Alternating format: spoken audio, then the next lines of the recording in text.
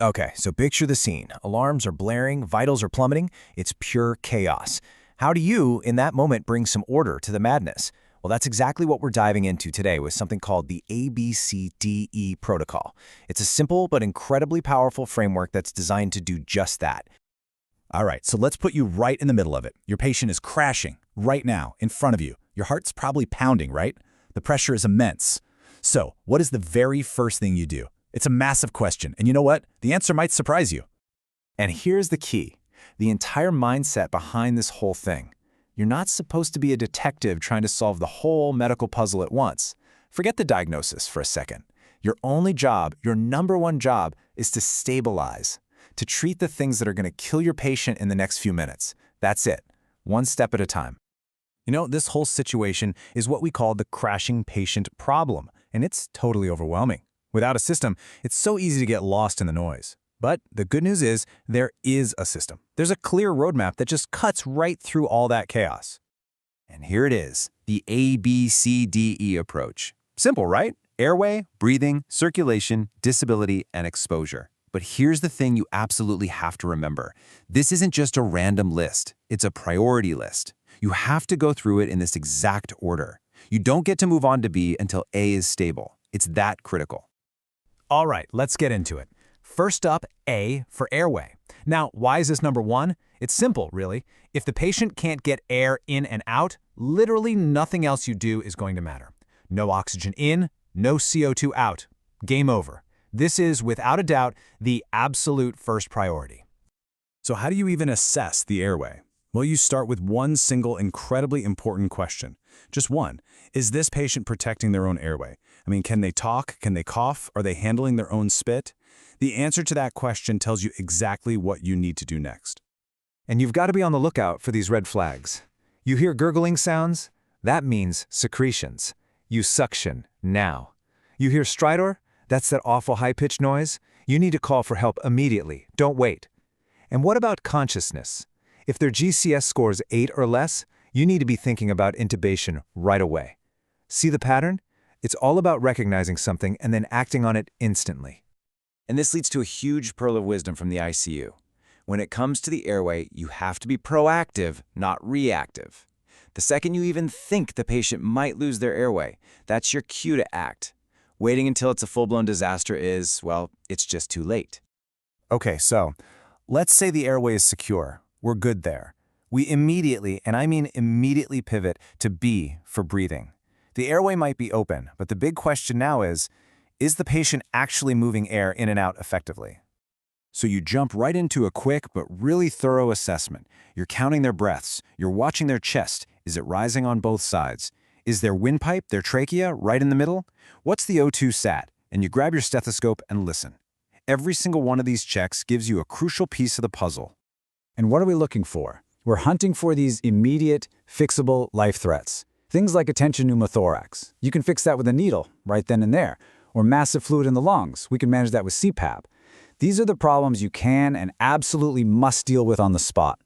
And this brings us to a golden rule you just have to burn into your brain. A lack of oxygen, hypoxia, is going to stop a heart way faster than low blood pressure will. So what does that mean? It means you always fix the oxygen problem first, period. All right, airway's good, breathing's handled. But what's the point if that oxygenated blood isn't getting where it needs to go? That brings us to C for circulation. We've got to make sure the pump is working and the pipes are full. And the very first check here is dead simple. It's a yes or no question. Do they have a pulse?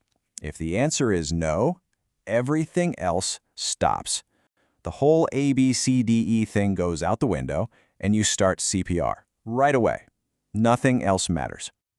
Okay, so they do have a pulse, but they're clearly in shock. Now, this is where it gets really cool. This table is like a cheat sheet. It helps you figure out why they're in shock super fast just by looking and feeling. Is their skin cold or warm? Look at their neck veins. Are they flat or bulging? And what do their lungs sound like, clear or wet? Just a few simple clues can point you in the right direction. So what do? We jump into action. The goal is to get blood flowing again. That means we're slamming in 2 big IVs, drawing blood for labs, and probably starting a fluid bolus, unless, of course, we think it's a heart problem. We're thinking about starting pressors like norepinephrine to crank up that blood pressure. And obviously, if you see blood, you make it stop. And here's a really important kind of modern tip from the ICU pros. The old school way was just to pour in fluids liter after liter. We now know that can actually do more harm than good. The smarter approach, the elite approach, is to start those pressors early, squeeze the pipes to get the pressure up instead of just drowning the patient in fluid. Okay, we've stabilized the ABCs. The immediate life threats are handled. Now we can move on to the last two parts of our initial look. D for disability and E for exposure. And these are really important because they can give us massive clues about what's actually causing this whole mess. Now, when we say disability, we're not talking about a long-term thing. It's just a quick and dirty check of their brain function right here, right now. How well is their brain being perfused? So we're checking their GCS, taking a quick look at their pupils, and this is a big one, we're checking their blood sugar.